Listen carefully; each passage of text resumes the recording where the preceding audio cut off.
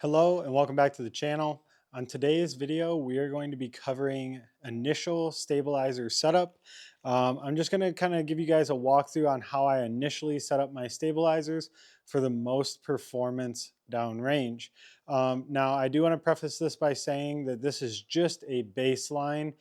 You will need to go through and fine tune these just a little bit. But if you're in a time crunch and you really need to get your stabilizers set up quickly, this is a very, very effective way to do that. But before we dive into how I get mine set up, we need to talk about what each bar does. So the front bar typically is going to control your pin float speed and your horizontal variance. Now, everybody's a little bit different, so this could be different for each archer, but in my experience, most of the time, your front bar is going to control your speed and your horizontal.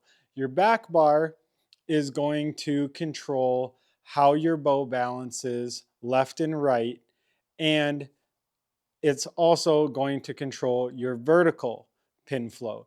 Um, Now, what I mean by that is if you tend to lock low, you can fix that a little bit by adding some weight to this back bar and changing the angle. So before we dive into what adjustments to make on your back bar and where to start, or your front bar, we need to talk about what you're going to want to look for. So a lot of people kind of get in this mindset of really slowing down that peep exponentially, and the problem with slowing that peep down or that pin float down exponentially is that as you're floating on that target, and if it's so slow and that shot breaks and you're on the edge, you're going to hit on the edge of that target that you're aiming at. So you don't want to run into that problem. So what I always try to tell people is you want to set your pin float and your stabilizers so that your pin is floating fast but tight. A nice tight fast pattern is what you're going to want to look for. And how we achieve this can be done in many different ways. But the reason that you want a fast, tight pattern is because if you're really focusing on the center, your pin is always going to be pulling back to center. And if it's moving fast but tight, it's coming back to center faster. Now, if it's moving fast and wide, obviously it's not moving back to center as fast. And if it's moving too slow, then when that shot does break, even if you are focused on the center, you're going to hit outside. So I like a fast and tight float. Now, how do we achieve this?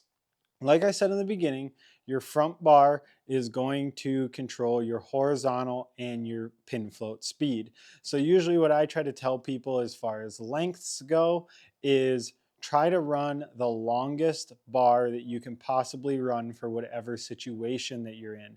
So for some people, that's target archery, you might be running a 30-inch front bar. For some hunters, that are really conscious about the size, that might be 8 inches. But just know that if you have a shorter bar, it's going to take more weight to get to the same pin float as it does with a longer bar. So a longer bar is going to take less weight to see the same effect as a shorter bar with more weight.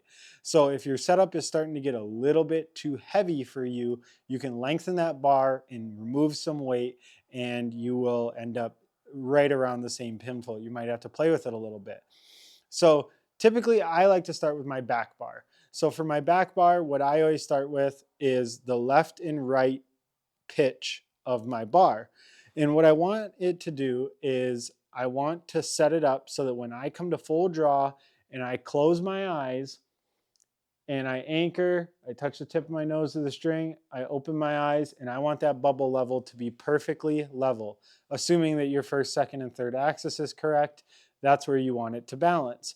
And so how I do this is if my bubble is canted to one side or the other, so for example, if I tilt my bow to my left like this, my bubble is all the way buried to the right. So to bring that bubble back to level, my bow needs to cant to the right. So if I cannot naturally get this bow to balance like this, I can take my back bar and I can swing it outwards so that it's adding weight to this side and leverage in bringing this bow back to center. Now the opposite is true if it was hanging out this way. Now my bubble is buried to the left. Now I can just bring my back bar in and that will give me leverage to straighten it back out. So I will add and subtract weights and change the angle to get roughly an angle that I like. I like a nice tight back bar angle. I don't like it flared way out for hunting situations. So that's why I end up having a lot more weight on here. So now once I get my left and right dialed in and set, and my bubble is level perfect. Now I'm going to put my front bar on and I'm going to come back to full draw and I'm going to aim at a target at about 60 to 70 yards.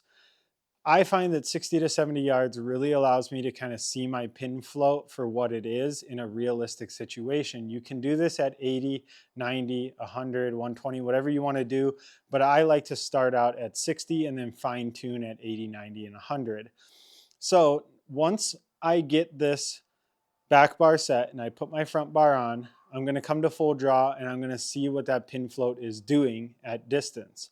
So if that pin float is way too wide for my liking, I'm going to add a weight to the front bar until that pin float gets to a width that I like. Now, if it slows down too much, then I can either shorten or lengthen my bar to kind of try to find a middle ground in between that weight for the horizontal float and for the speed of it as well.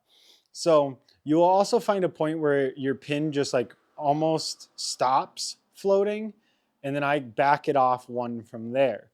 Now for the vertical position of my back bar, what I like to do is after I've gotten my front bar set to where I like the float and my back bar left and right is good to where my bubble is leveling every single time on the shot. Now with my back bar, I'm going to start playing with the up and down angle to see if I can just find a spot that is more consistent than it just being perfectly parallel. Now a good rule of thumb is as you start to angle that bar downwards, it's going to act longer than it is. So for example, this isn't a real world example, but if you're parallel with an 8-inch back bar, that bar is going to act like an 8-inch bar with however many weights you have on it. If you tilt it downward, now this bar is going to act more like a 9 or 10-inch bar with the same amount of weight. So again, if you want to try to reduce the amount of weight on that bar, you can start to angle it downwards and you'll start to see that you can use less weight to get to the same point. And then using these methods, you can fine tune that pin float and get it exactly how you want. So that is my initial approach and setup to stabilizers. I hope you guys got a little bit of information out of this and can use this in the future to help you become a more accurate and consistent archer. If you guys have any questions, leave them in the comment section down below. I'd be more than happy to answer them. If you guys like content like this, it really helps my channel if you would subscribe. Also, there's a lot of new products on my website, which is bergybowsmith.com. And I am still taking bow work all throughout the season. So if you guys do want me to work on your bow or you have any bow tuning questions, feel free to reach out on any social media platform and I would be more than happy to help you. But with that being said, that is the end of today's video and I hope to see you guys on the next one. Peace.